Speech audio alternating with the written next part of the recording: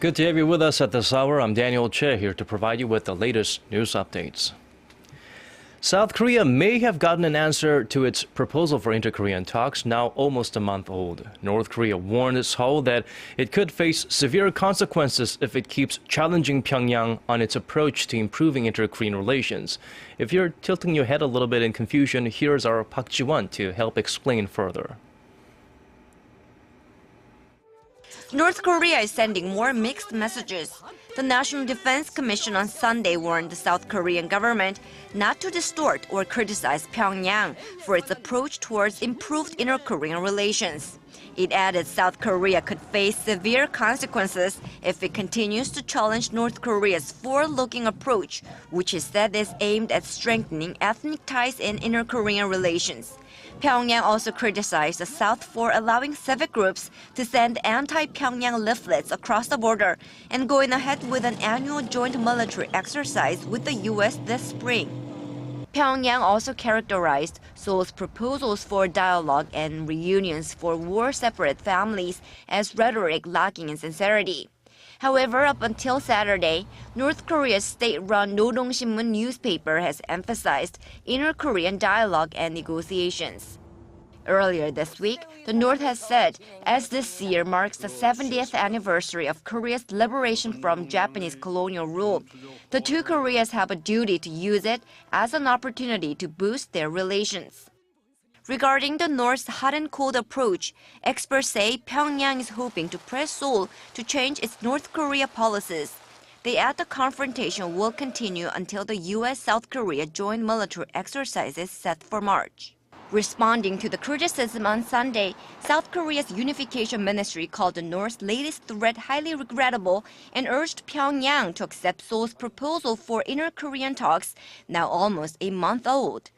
And according to reports by Seoul-based Yonhap News on Sunday, South Korean government officials had hopes of resuming inter-Korean dialogue sometime this month. But with the latest threat from the North, they now think the possibility of talks is slim. If the talks don't happen this month, it may be almost impossible for the two Koreas to organize reunions for war-separate families during Lunar New Year's holidays in mid-February. Park Ji-won, Arirang News. North Korean leader Kim Jongun may make his debut on the international diplomatic stage sooner than many expected. South Korean government sources say Kim could attend an international meeting called the Bandung Conference in Indonesia in April. The Indonesian government is expected to invite the leaders of both Koreas to that event. The North's founding leader Kim Il-sung and late leader Kim Jong-il both attended the conference for its 10th anniversary back in 1965. The young Kim could do the same according to the South's government sources, as he has a history of doing what his father and grandfather have done. This follows the news that the North Korean leader will visit Russia in May for an event marking the 70th anniversary of the Soviet Union's victory in World War II. Police have tightened security around the presidential office of Cheongwade after a bomb threat made by an anonymous caller. Police said the man has dialed the Civil Affairs Office 5 times since 2:39 a.m. this Sunday morning.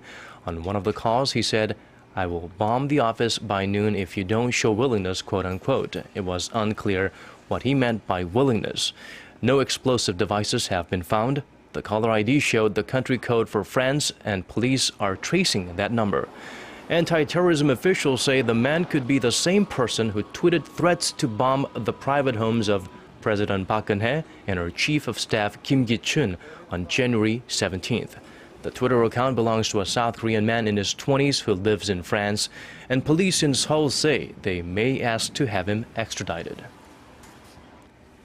Japan expressed its outrage over the apparent death of a citizen held by the Islamic State following the release of a video earlier this day. The militants now appear to have changed tactics after their ransom demand expired and are now seeking to swap the other Japanese captive for an Iraqi prisoner. Our Kim Min-ji reports. Japanese Prime Minister Shinzo Abe has condemned the apparent murder of a Japanese captive by Islamic State militants as outrageous and demanded the remaining hostage be freed. This comes after the release of a video late Saturday with the voice of a man claiming to be hostage Genji Goto, saying that his fellow captive Haruna Yukawa was beheaded. The man also says his life could be saved in exchange for the release of Sajida al-Lishawi, an Iraqi held in Jordan for an attempted suicide bombing. I would like to stress how easy it is to save my life.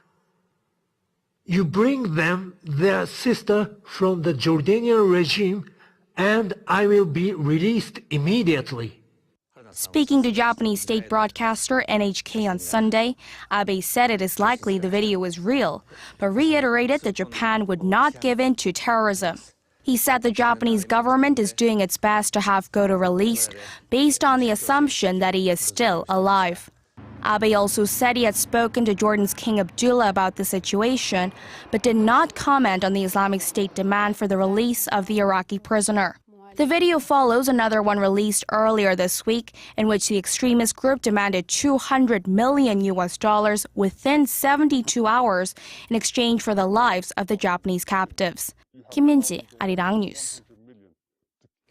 Rockets struck homes and a market in the port city of Mariupol in eastern Ukraine on Saturday, killing at least 30 people and leaving 83 others injured. Authorities said the rockets were long-range Grad missiles fired by pro-Russian separatists.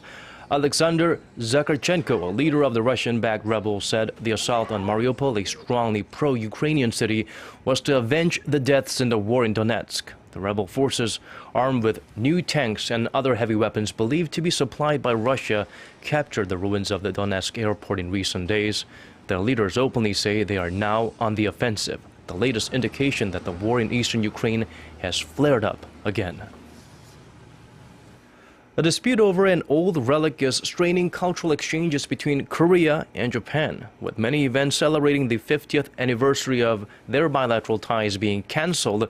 Some are beginning to wonder about the lasting effect on their relationship. Our Shin Se-min has this report. This statue of Buddha was made in Korea in the 1330s. Now it's at the center of a debate that may have strained the only well-established channel for exchange between Korea and Japan: culture. At some point, the statue ended up in Japan before it was found again in Korea and held by the Korean Customs Service. During a trilateral cultural exchange late last November, Japanese Culture Minister urged his Korean counterpart to return the statue, claiming it belonged to Japan. Japan is accusing us of a moral insensitivity, but they're the ones who took the artifact in the first place. Shaky relations between the neighboring countries have also forced a closure of other events, including the KoreaJapan Picture exhibition, which was scheduled for this October at the National Museum of Korea. But when the Japanese government downsized the scale of the exhibition, Korea decided to cancel. The Korean Museum will now host a Korea-Japan culinary exchange exhibition instead. That's not all. The lingering animosity has affected other fields as well. The Academy of Korean Studies decided to scrap a plan to hold a symposium aimed at improving diplomatic relations between the two countries. And the Northeast Asian History Foundation decided to change an exhibition on diplomatic ties into an event commemorating the 70th anniversary of the nation's independence in August. Performing arts events are also shifting away from Korea-Japan related historical themes. Observers worry that this sequence of events, if allowed to continue, could further strain ties between the two neighboring countries. Shin Se-min, Arirang News. Meanwhile, a seal stolen from Korea more than 60 years ago will finally be returned home next month. It is currently in Washington with the U.S. Department of Homeland Security and will be returned via the Korean Embassy in the U.S. The seal, which belonged to Queen Munjung, who lived in the 16th century, is one of many cultural assets illegally removed from Korea by an American soldier who served in the Korean War. In 2013, U.S. Customs authorities seized the assets from the deceased U.S. Marine lieutenant's family. 9 ancient Korean seals were returned last year.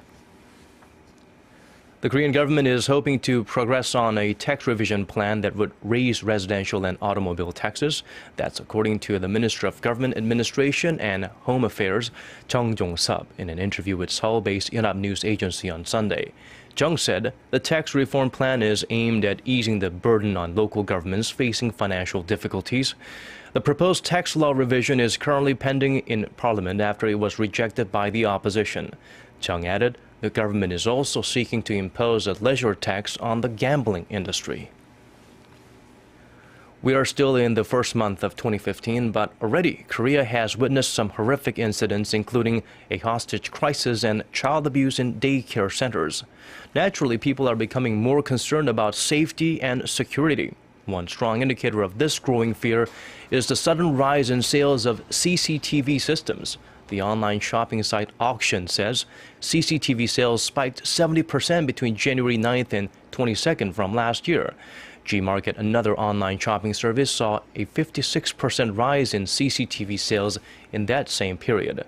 The people purchasing the devices can be largely divided into two groups: individuals hoping to improve a home security system, and businesses, and in particular the owners of daycare centers or retirement homes, who are buying them in anticipation of a government policy that would make CCTVs mandatory. And now the weather. Expect up to 10 millimeters of rain in Seoul and the central areas of Korea in the morning, and a light drizzle is expected to continue through the day and in the early part of the week. The mercury will stay above zero in most parts of the nation on Monday, with Seoul at 3, 6 in Jeonju, and 8 in Busan.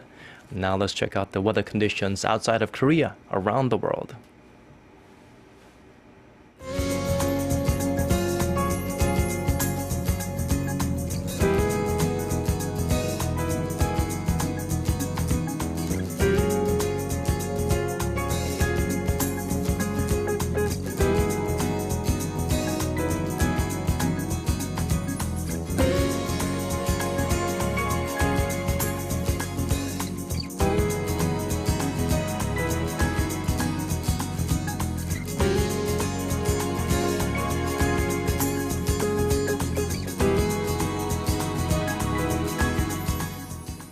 And we've come to the end of our newscast. Thank you so much for watching. Do have a great start to your week.